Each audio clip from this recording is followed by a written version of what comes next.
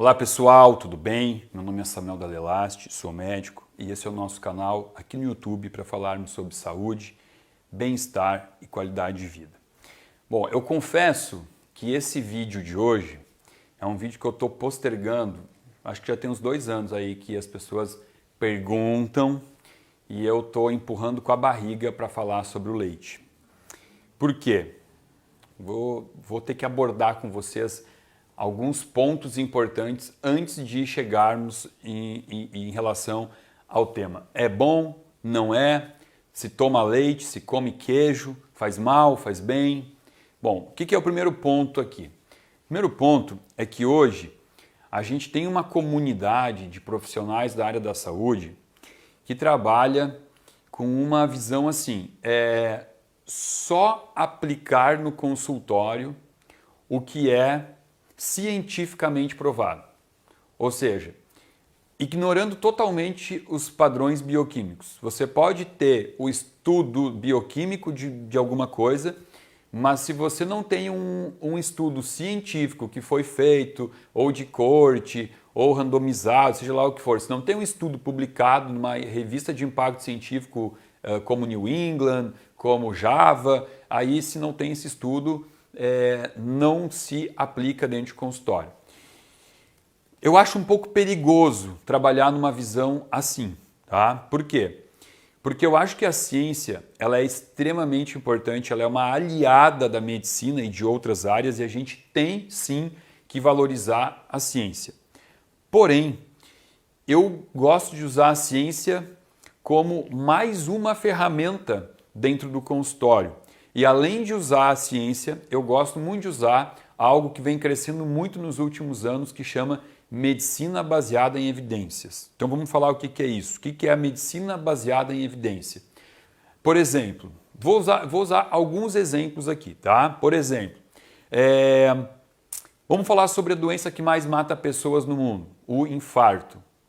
O infarto, você vai ter uma série de estudos científicos mostrando que todo cardiologista ele deve combater o colesterol usando os medicamentos chamados estatinas, né? Seja lá rosuvastatina, Lipitor, Crestor, simvastatina.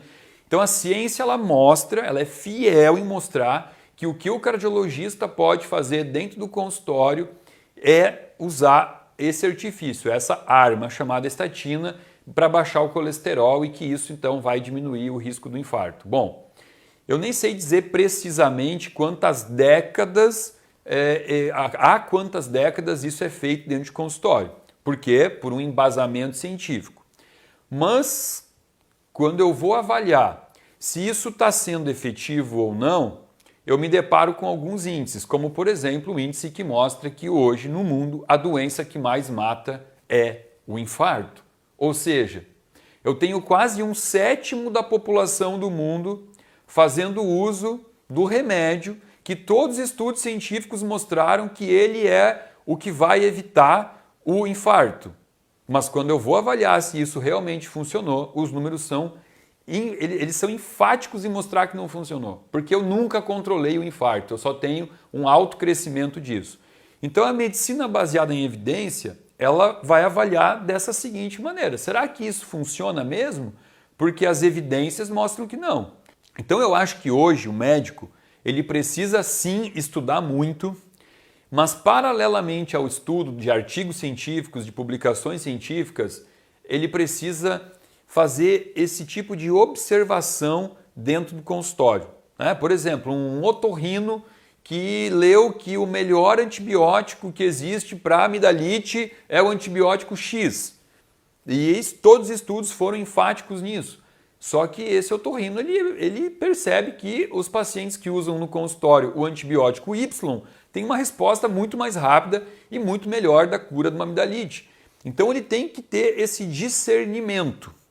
E quando eu falo em questões de leite, eu tenho o grupo dos defensores dos estudos científicos, mas ao mesmo tempo, e tem muito estudo científico para embasar tudo que a gente vai falar aqui hoje, mas ao mesmo tempo, muito mais do que estudo científico, eu, com a minha experiência de consultório, que não é pequena, eu já percebi que os estudos eles nem representam a magnitude do problema que é o leite para os pacientes que me procuram. Até porque, quando eu falo em estudo científico, tem algo que eu me sinto na obrigação de alertar vocês aqui, tá? Estudos científicos, eu não tenho como descartar a realidade que muitos deles defendem interesses econômicos. A gente sabe disso, isso é fato. O mundo atual é um mundo que gira em torno de interesses econômicos. Vou dar um exemplo muito clássico aqui, que todo mundo sabe disso, ninguém vai ousar discutir comigo sobre isso, porque todo mundo sabe sobre a indústria do cigarro. O cigarro, que foi consumido por grande parte da população,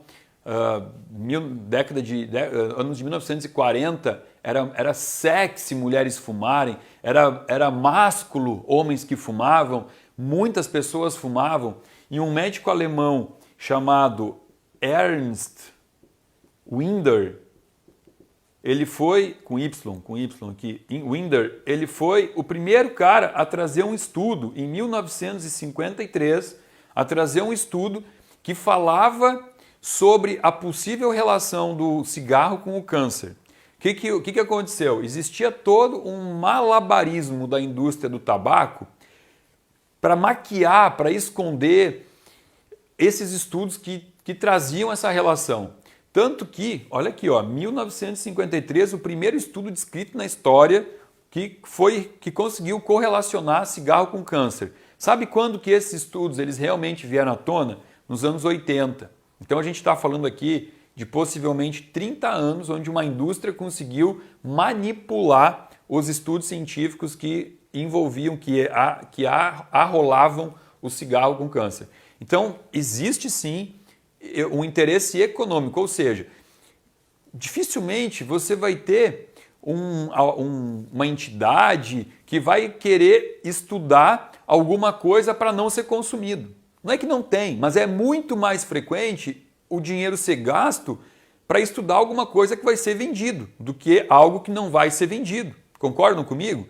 Que na mão de quem? Quem é que hoje tem maior poder financeiro para bancar estudo? Obviamente é a indústria do medicamento.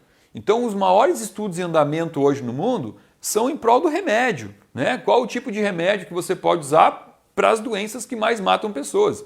Então isso com certeza é hoje onde está sendo feita a maior fatia dos estudos científicos. Claro que existem as universidades que fazem estudos em relação a alimentos e tal, mas isso é com caixa muito menor, com muito menos dinheiro e, portanto, muitas vezes estudos que têm muitos vieses, que não são estudos que conseguem realmente reproduzir o resultado quando comparado ao que seria aquele resultado à realidade da população.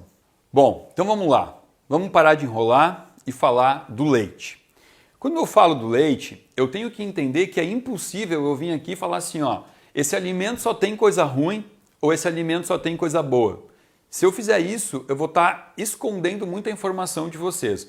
O leite ele tem muita coisa boa nele, porque obviamente ele é um excremento de uma vaca feito para alimentar o seu filho. Como é que eu vou dizer que o leite não tem coisa boa, né? É a mesma coisa que eu falar que o leite que a minha mãe me deu na minha primeira fase de vida não tem nada bom. Para mim, só tinha coisa boa, até porque era um leite 100% compatível com a minha necessidade nutricional. Então eu posso citar aqui a gordura do leite. A gordura do leite é muito boa. O leite contém triptofano. O triptofano é um aminoácido essencial para a síntese de serotonina e de melatonina. Então o leite contém esse aminoácido que deixa as pessoas com mais bem-estar, sensação zen. O leite ele contém cálcio, ele contém N nutrientes, inclusive imunoglobulinas, que são importantes para a questão imunológica. Tem um monte de coisa boa. Mas eu sou, quem me conhece, sabe que eu sou um defensor que a gente não deve consumir alimentos que têm uma parte boa, mas uma parte ruim. A gente tem que escolher coisas que só nos fazem bem, tá? Porque senão eu vou conseguir talvez até o cigarro possa ter alguma coisa boa lá no meio. Se eu ficar pesquisando, talvez até consiga achar isso. Eu não vou dizer para você fumar, porque você tem lá uma coisinha boa. Igual a margarina, né? A margarina que colocou ômega 3. Agora tem margarina aprovada pela Associação de Cardiologia lá que tem ômega 3. Será que eu vou comer a margarina por causa do ômega 3 e vou ter que levar junto todo aquele resto tóxico, TBHQ, tudo que a margarina tem? Não, isso não é um alimento interessante para o corpo humano. A gente tem que sempre procurar coisas que só nos fazem bem. Então eu não vou falar aqui sobre as coisas que o leite tem de bom. Eu vou falar sobre as coisas que a gente deve sim se alertar quando a gente consome um leite ou um lácteo. E também, já que eu falei um pouco sobre medicina baseada em evidência e sobre ciência, eu acho que a gente pode fazer isso. Eu acho que eu vou convidar vocês para fazer algumas reflexões que não são científicas, elas são da linha do óbvio. Vamos falar aqui do que é óbvio. E aí depois eu venho aqui e eu falo em ciência. Ok? Bom, o que é o óbvio? O óbvio é que toda mamífera produz leite para um momento específico da sua vida, que é aquele momento em que ela dá a luz, né? Por exemplo, a vaca está prenha, aí a vaca ela tem lá o bezerrinho dela, ela vai produzir o leite para atender ao bezerrinho. Acontece igual com a cadela, com a gatinha, com a égua. Cada mamífero tem essa linha, essa sequência, né? Mas eu vou mostrar aqui uma fotinho para vocês, ó. Olha uma regra da natureza aqui. Tá vendo essa fotinho? Olha aqui, olha onde é que os filhotes estão mamando. Cada um mamando na teta da sua mãe, ok? Por quê? Porque existem algumas diferenças de necessidade nutricional para cada célula de cada espécie. Isso é fato, a gente sabe. Tanto o nível calórico do leite, se você olhar as calorias do leite de vaca, do leite humano, do leite da zebra, são calorias diferentes. Outra coisa, proporção de proteína, né? Se você olhar, eu posso até botar isso no óbvio e também aqui na ciência. Você vai ter 4 vezes mais caseína no leite da vaca do que no leite materno. Vou botar aqui também, 4 vezes mais caseína. Então isso eu posso falar que é óbvio que um leite que tem esse excesso de caseína diferente do que é a minha necessidade, né? O leite da minha mãe me traz muito menos caseína e aqui eu tenho isso como um embasamento científico também para provar que não é um alimento que atende às minhas reais necessidades como humano. O que acontece com a indústria do leite? A indústria do leite sabe que é muito importante manter as vaquinhas sempre prenhas, sempre grávidas, porque quando ela está grávida, ela tem uma maior produção de leite. Só que esse excesso de produção de leite nesse período que ela está grávida, ele também vai trazer junto o excesso de um hormônio, que eu vou botar nas duas colunas aqui também, tem muito mais hormônio estrona. Isso daqui é óbvio que excesso de estrogênio para o nosso corpo, ele não é legal. Isso também é científico. Eu também posso afirmar que excesso de estrogênio pode acarretar em algumas doenças. Quais são essas doenças que a gente já tem evidência científica? Glândulas que se alimentam de estrona quando estão com algum processo neoplásico. Então, aqui, cientificamente, o excesso de estrona aumenta o risco de câncer de mama e câncer de próstata. Claro que aqui eu estou falando do leite da vaca prenha. Ah, Samuel, mas e se não for prenha? Bom, daí isso daqui não conta. Mas a gente sabe que a realidade do leite que chega até você é uma mistura de leite de vaca prenha com vaca não prenha, mas muito mais vaca que está realmente desenvolvendo um processo gestacional, tá? Então a gente sabe sim que existe esse aumento de estrogênio. Bom, diante desse raciocínio que a gente está fazendo, agora não científico, você não percebe que na natureza todo animal ele desmama? todo animal desmama. Então o desmame é algo obrigatório. E o homem, ele não faz isso. Ele termina a fase de aleitamento materno e ele troca por um leite de um outro bicho. Um leite que a gente já viu e vai continuar vendo que tem algumas incompatibilidades com a nossa célula. Bom, aí vai ter também a questão que vão falar que o leite ele é fundamental para evitar doenças ósseas. Então tá, vamos falar de medicina baseada em evidência. O que a gente sabe aqui? A gente sabe que os países no mundo que têm o menor consumo de leites e lácteos, aqui entra Japão, entra a China, entra o Vietnã, não é comum o consumo de lácteos. Esses países têm menor estatística de osteoporose. E os países que contêm a maior incidência de consumo de leite, incrivelmente, tem lá sim os maiores números de fraturas e os maiores números de doença osteopenia/osteoporose. Então, é o que eu falei com vocês. Baseado em evidência, eu não consigo confirmar o fato de que o leite ele tem essa relação com proteção do osso. Os estudos também já mostraram isso. E aí entra toda uma questão bioquímica. Por quê? Osso, eu já fiz um vídeo, já tem um vídeo meu aqui, inclusive, vou botar o linkzinho falando sobre a questão do cálcio, da osteoporose. É impossível a gente ainda acreditar que o cálcio que entra na nossa boca sabe exatamente que o lugar que ele tem que ir é o osso. Isso só se você tomasse cálcio que tivesse o aplicativo Waze, que levasse, é para o osso que eu tenho que ir. O cálcio é usado em várias matrizes, que a gente chama matrizes GLA. São mais de 35 matrizes que utilizam cálcio. E acreditar que o cálcio vai ir para o osso e ele vai ficar no osso é uma tremenda ingenuidade. Alguns outros oligoelementos são fundamentais para que o cálcio vá para o osso e fique no osso. A gente está falando aí de magnésio, de vitamina D e de vitamina K2. Vamos falar do magnésio. O magnésio, no leite da vaca, você tem 9 vezes menos magnésio do que no leite materno. Ou seja, eu já tenho aqui um problema. Eu não tenho a quantidade de magnésio suficiente para garantir que o meu cálcio vai ficar lá no osso. E sabe o que acontece com isso? Alguns estudos já foram muito felizes em mostrar que o cálcio que não consegue ficar no osso, ele tem um outro desfecho. Ele vai implicar no aumento da calcificação das artérias, o que a gente chama de arteriosclerose. Então, alguns indícios mostram que você consumir excesso de uma bebida que tem muito cálcio, mas que tem pouca quantidade de magnésio, vai aumentar sim o teu risco de doenças cardiovasculares.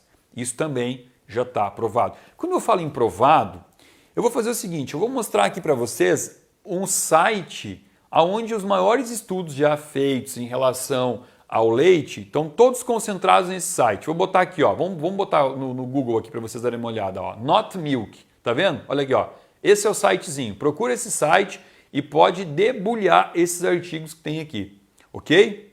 Vamos falar um pouquinho de ciência aqui, tá? O leite, ele contém um parasita que a gente chama de Eurythema pancreaticum. Eurythema pancreaticum. O que é esse parasita? Ele é um parasita que consome insulina.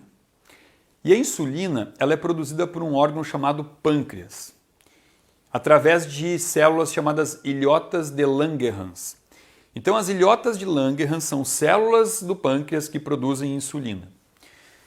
O euritema, ele vai lá no pâncreas e ele já não tem muita paciência de esperar a insulina. Ele come a célula que produz insulina, as ilhotas de Langerhans. E quando ele come essa célula, ele vai liberar fragmentos da proteína dessa célula.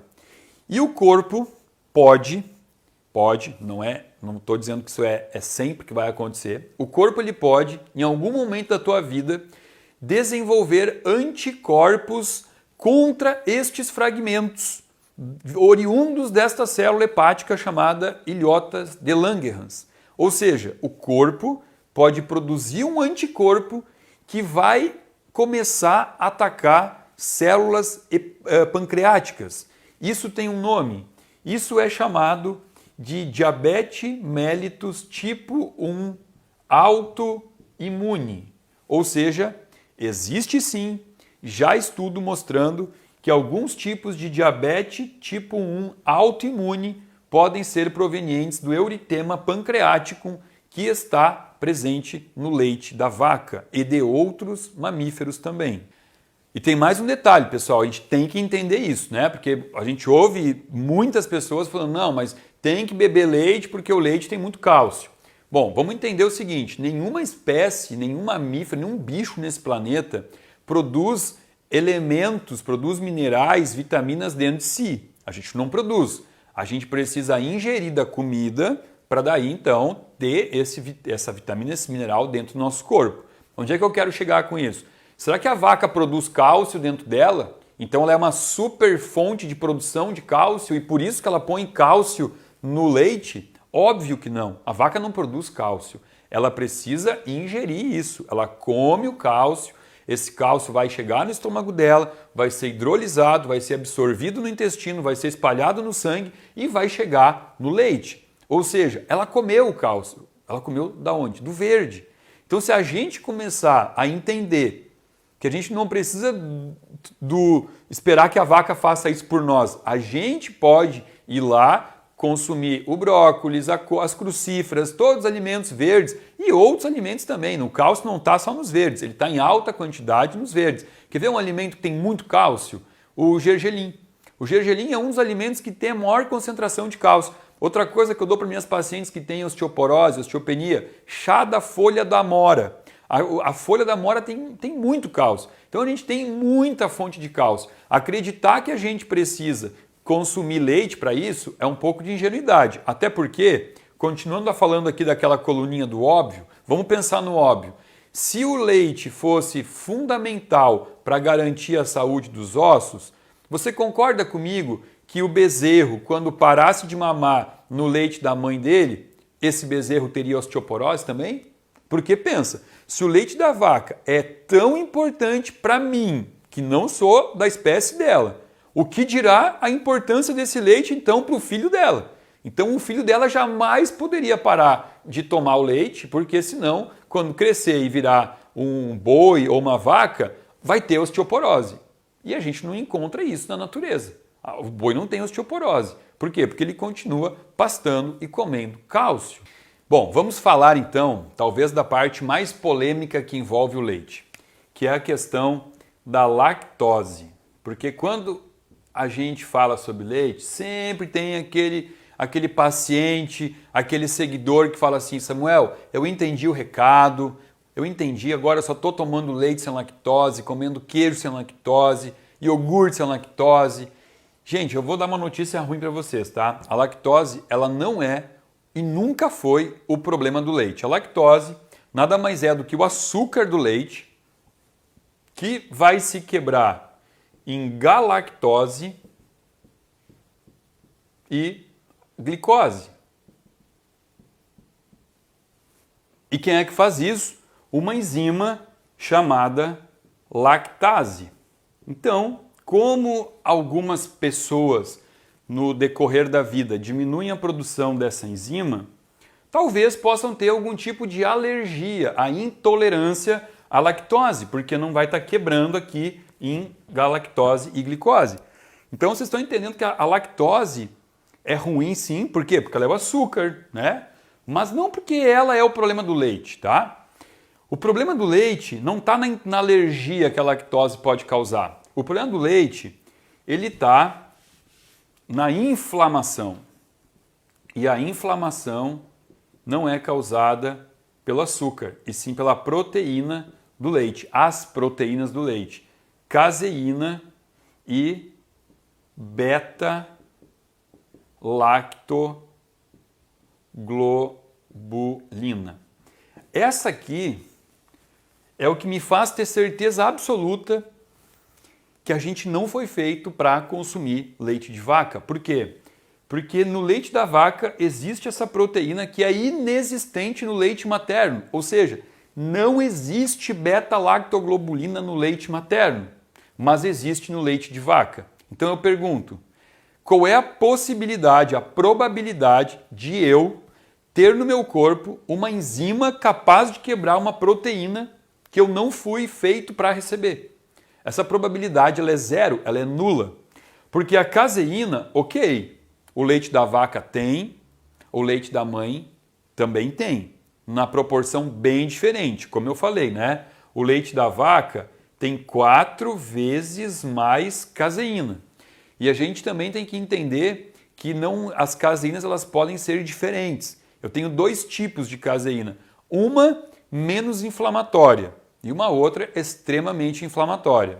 Então vamos dividir aqui, ó. Vamos botar aqui. Eu tenho a caseína A1, que é a caseína mais inflamatória, e a A2, que é a menos inflamatória. A caseína A1, ela é proveniente do leite das vacas holandesas, enquanto que a A2 é proveniente do leite das vacas zebu. A grande questão é que a vaca zebu, enquanto ela produz 4 litros de leite, uma vaca holandesa produz em torno de 60, podendo chegar a 70 litros de leite. Olha a diferença. Então eu pergunto, qual é que você acha que é o leite que você está tomando? Um criador de leite, ele vai querer uma vaca que produz 4 litros de leite ou uma que produz 70 litros de leite? Então no Brasil, a predominância é de caseína tipo A1, que é a mais inflamatória. Se você pegar países como, por exemplo, a França é um país que tem uma quantidade de vaca zebu muito maior que vaca holandesa. Eles consomem muito queijo? Consomem. É errado? É. Mas é um queijo muito menos inflamatório do que o queijo que você vai consumir aqui no Brasil, por essa diferença aqui dos tipos de caseína. Isso é muito importante de entender.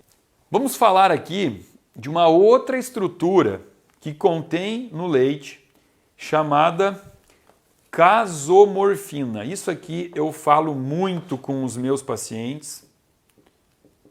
Casomorfina.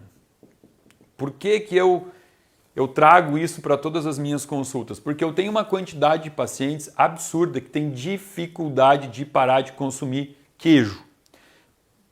Sério, eu tenho paciente que já teve síndrome de abstinência quando parou de comer queijo. Ficou extremamente irritado, mal-humorado, como se tivesse parado de fumar. E aí é que vem um detalhe. Olha aqui, casomorfina, tá? Casomorfina. Olha aqui, ó, termina em morfina. O que é a morfina? A morfina é um medicamento usado em hospitais, é um analgésico, é considerado o analgésico mais potente, ele é um derivado, ele é um opioide. Opioide. Vocês lembram da droga que os índios usavam? O ópio? Então, o ópio ocupa um receptor no cérebro, que é o mesmo receptor que a morfina ocupa. Ele é um opioide.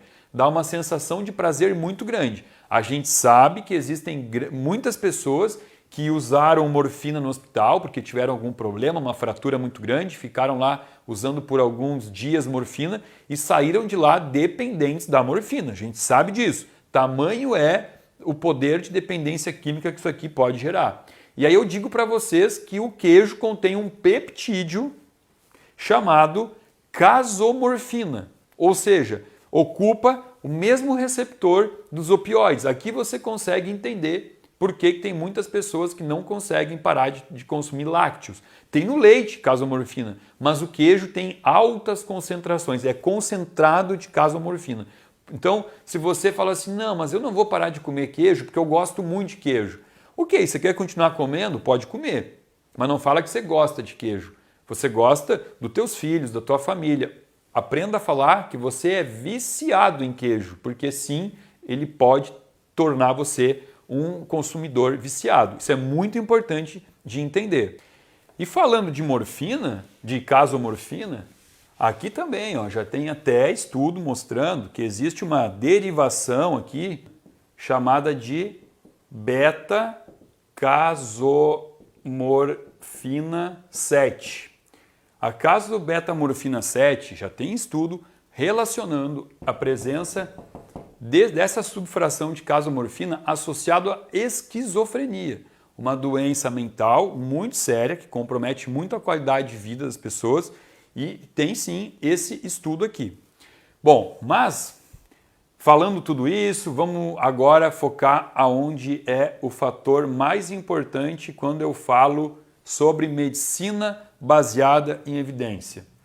A caseína, ela é uma proteína de peso molecular em torno de 140 mil Daltons, podendo chegar um pouquinho mais, 150 mil Daltons, ou seja, ela supera o peso molecular aceito por proteínas no nosso intestino, que o limite máximo ali é 100 mil Daltons, e isso gera uma inflamação na mucosa intestinal. Eu tenho 4 vídeos sobre intestino, onde eu explico isso aprofundadamente, falando sobre a desbiose intestinal e a hiperpermeabilidade intestinal. E a caseína é uma das proteínas mais associadas a esse estado de hiperpermeabilidade intestinal. Por isso que ela está intimamente associada a otites de repetição, sinusites de repetição, rinites de repetição, amidalites de repetição, asma e bronquite. Então, quando eu falo em medicina baseada em evidência, e eu estou aqui me expondo, fazendo um vídeo que eu tenho certeza absoluta, que vai ser o meu vídeo aqui no YouTube, que mais vai dar comentário negativo, mais vai ter haters falando, eu estou aqui fazendo isso porque dentro do meu consultório, eu já tive experiências o suficientes para saber que quando eu retirei o leite e os lácteos de todos os meus pacientes que me procuraram com essas queixas, e eu ainda vou mais além, rosácea de pele, candidíase vaginal na mulher e infecções urinárias recorrentes, também muito mais comum na mulher. Todos estes sintomas, as manifestações que eu tive no consultório, eu só consegui curar quando eu tirei o leite e os lácteos. Isso é o que me faz ter certeza que eu não preciso nem recorrer à ciência. Eu poderia, eu tenho artigos que mostram isso, mas eu não preciso, porque mais importante do que o que o artigo me diz é o meu resultado dentro do consultório. Então, se você tem um filho pequeno com otite de repetição, faz o teste. Tira o leite dele para você ver se isso não vai melhorar. É muito provável que ele não tenha mais quadros de otite, ou se tiver, terá muito menos frequente. Isso é muito importante entender essa associação do consumo do leite com alterações de vias aéreas, seja alta ou baixa, e pele também. Pele acneica, tá? Mulheres que vêm aqui no meu consultório e que falam que já usaram Rocutan para melhorar a pele, que tem que tomar espironolactona, né? Que é o famoso Aldactone para melhorar a pele. Eu digo, você já fez o teste em tirar o leite? Não, nunca tirei o leite. Aí tira o leite e depois manda aquela mensagem falando para mim, olha, mudou a minha vida, a minha pele é outra e eu inclusive estou respirando melhor. Já tive muito caso desse. Então é por isso que eu estou aqui fazendo esse alerta. Como eu disse, estou me expondo. Vai ter um monte de gente que defende o consumo de leite, que vai continuar defendendo, mas em prol dos pacientes que eu já tive no meu consultório, que mostraram uma melhora exponencial na qualidade de vida, eu tenho que dar esse alerta para vocês, tá? Então, pessoal, fica a dica. Se você quiser, se você é um bebedor de leite, um comedor de queijo, faz o teste. Fica 30 dias sem consumir esse alimento e depois você me fala se você não percebeu alguma melhora na tua vida, seja ela de respiração, seja intestinal, pessoas com constipação, quando param de consumir leite, melhoram da constipação, e pessoas que têm diarreias crônicas também melhoram, porque o leite ele pode dar desde constipação até diarreia crônica. Outra coisa importante, leite também está muito associado a refluxo, tá? Ainda mais se você tem uma condição que chama hérnia de hiato. Pessoas com hérnia de hiato têm total contraindicação de consumir queijo, tomar leite, porque é um alimento que exacerba muito o sintoma do refluxo. Então faz o teste, Fica 30 dias, depois você me fala. Se você achou que nada mudou na tua vida, aí você me fala. Mas antes de vir aí defender e falar que nunca teve nada tomando leite, testa. Talvez você vai descobrir que ficando 30 dias sem ele, você até tinha alguns sintomas e que você nem sabia, nem estava mais associando, já achava que era comum ao teu corpo. Isso realmente acontece muitas vezes. Bom, pessoal, esse era o tema para hoje. Se você gostou, dá um likezinho, compartilha o vídeo. Se inscreva aqui embaixo no nosso canal, tem um link para você poder se inscrever na lista, na lista de pessoas VIP que vão receber o nosso conteúdo exclusivo toda semana, ok? Minha gratidão a você que ficou até o fim do vídeo. Muito obrigado. Namastê.